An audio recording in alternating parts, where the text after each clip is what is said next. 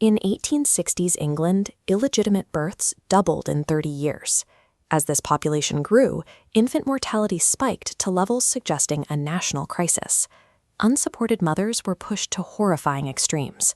The destruction of infant life became so common it evolved into a systematized trade, exemplified by cases like Charlotte Windsor, who openly charged fees to relieve mothers of their children through murder. This massive wave of infant deaths was the visible symptom of a deeply flawed societal structure rather than a sudden epidemic of moral decay. Dr. W. Tyler Smith presented this 1867 medical address to the Harveian Society. He and his fellow doctors acted as investigators, searching for the specific root cause of the country's rising mortality rates.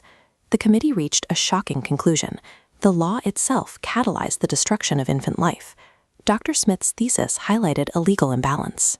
The law threw the great burden of maintaining an illegitimate child onto mothers, while granting fathers complete legal impunity.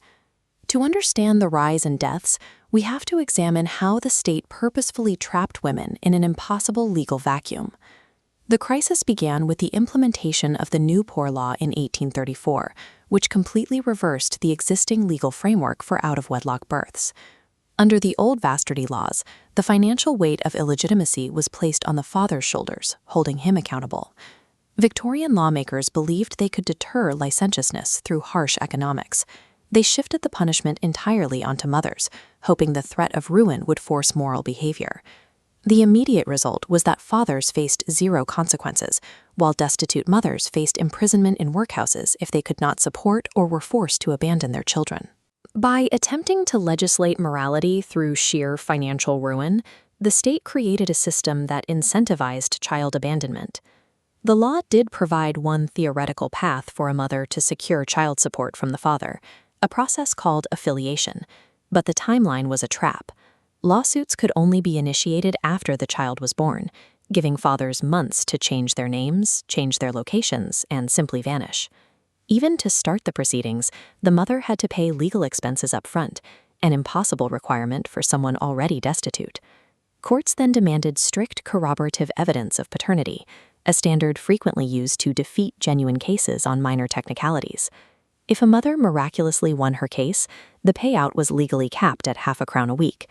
The committee noted this amount was practically useless for supporting an infant. These insurmountable, built-in barriers ensured that for most mothers, the legal system functioned only as a path to despair.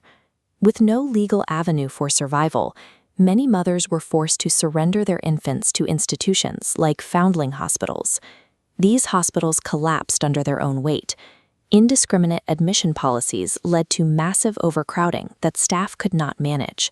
Inside, a lack of wet nurses and basic care meant emaciated infants died in such numbers that these institutions became known as charnel houses.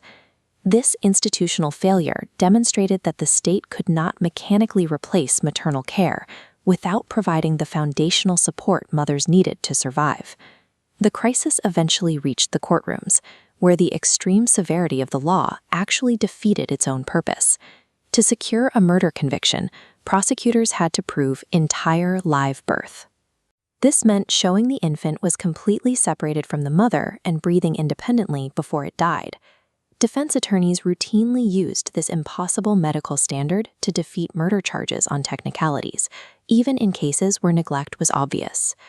Because infanticide carried a mandatory death penalty, sympathetic juries used these medical loopholes to acquit desperate mothers and avoid sending them to the gallows.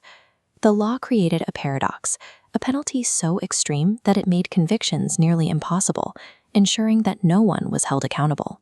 The Harveian Society proposed a 20-point plan to dismantle this trap and prioritize the actual survival of infants.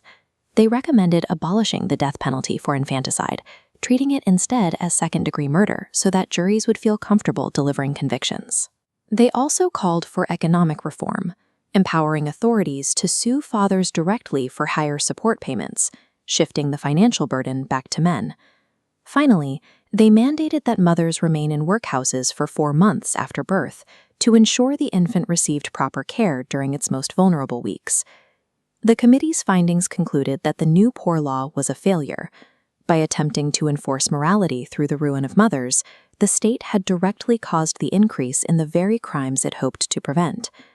Ultimately, Dr. Smith's address showed that protecting child life required a shift away from the unilateral punishment of women and toward a system based on shared accountability and institutional support.